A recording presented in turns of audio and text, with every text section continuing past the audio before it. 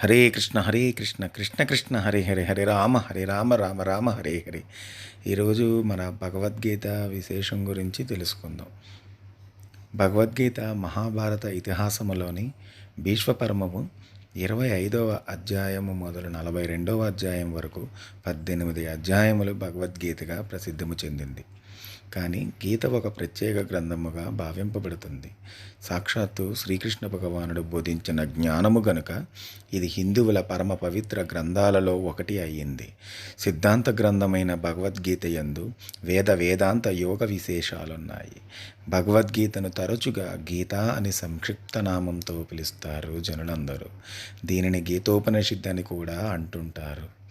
భగవద్గీతలో భగవంతుని తత్వము, ఆత్మతత్వము, జీవన గమ్యము, గమ్య సాధన, యోగములు బోధింపబడినవి. మరి భగవద్గీత మహాభారతము యుద్ధానికి ఆదిలో ఆవిర్భవించింది. దాయాదులైన కౌరవ పాండవులు రాజ్యాధికారం కోసం యుద్ధానికి సిద్ధమయ్యారు. పాండవ వీరుడైన అర్జునునకు రథసారథి శ్రీకృష్ణుడయ్యాడు. యుద్ధానికి ఇరువైపుల వారు శంఖాలు పూరించారు. అర్జునుని కోరికపై కృష్ణుడు రణభూమి మధ్యకు రథాన్ని తెచ్చాడు. అర్జునుడు ఇరువైపులా పరికించి చూడగా తన బంధువులు, గురువులు, స్నేహితులు కనిపించారు. వారిని చూచి అతని హృదయం వికలమైంది. రాజ్యం కోసం బంధుమిత్రులను చంపుకోవడం ఏమిటి ఇది అని దిక్కుతోచని అర్జునుడు శ్రీకృష్ణుని ఇట్లా అడిగాడు, నా కర్తవ్యమేమి కృష్ణ అని. అలా అర్జునునికి అతని రథసారథి శ్రీకృష్ణ భగవానుడు మధ్య జరిగిన సంవాదమే ఈ మహాభగవద్గీత. గీతాసారము భగవద్గీత గురించి ఎన్నో వ్యాఖ్యానాలున్నాయి. ఎందరో పండితులు, సామాన్యులు, ఔత్సాహికులు కూడా అర్థాలు, అంతర్థాలు, సందేశాలు, విశేషాలు వివరించారు. కనుక భగవద్గీత సారం అన్న విషయం ఇది వ్రాసేవారికి అర్థమైనంత, తోచినంత అని గ్రహించాలి.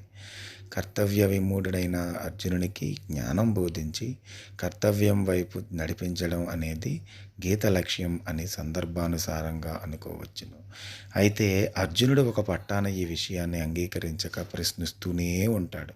శిష్యునిపై వాత్సల్యంతో శ్రీకృష్ణుడు అతనికి నిగూఢమైన, ఇంకెవరికీ తెలియని అనేక విషయాలు బోధిస్తాడు. ఆత్మనిత్య సత్యమైనది, చావు లేనిది, మృత్యువు వారిని శరీరాల నుండి వేరు చేస్తుందే కానీ ఆత్మను చంపదు. సత్యమైన జ్ఞానము ఆత్మజ్ఞానమే. అంటే తనను తాను తెలుసుకోవడమే, తనలోని అంతరాత్మ గురించి తెలుసుకోవడమే.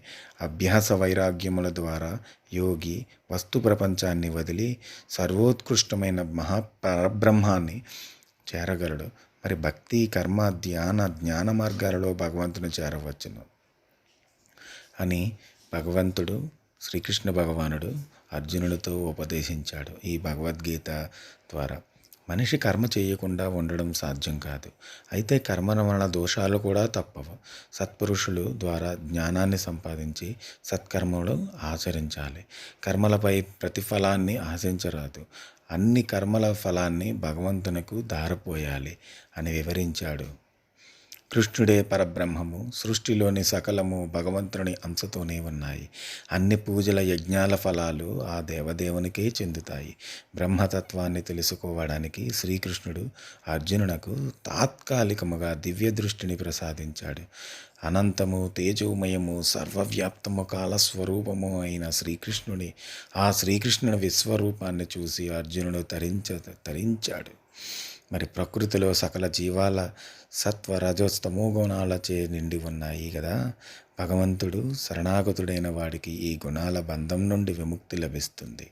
అందుకే ఈ భగవద్గీతను రోజు ఒకసారి చదువుదాం, తరిందాం, భగవంతుడిని అర్థం చేసుకుందాం, మనం ఎవరో అనేది తెలుసుకుందాం.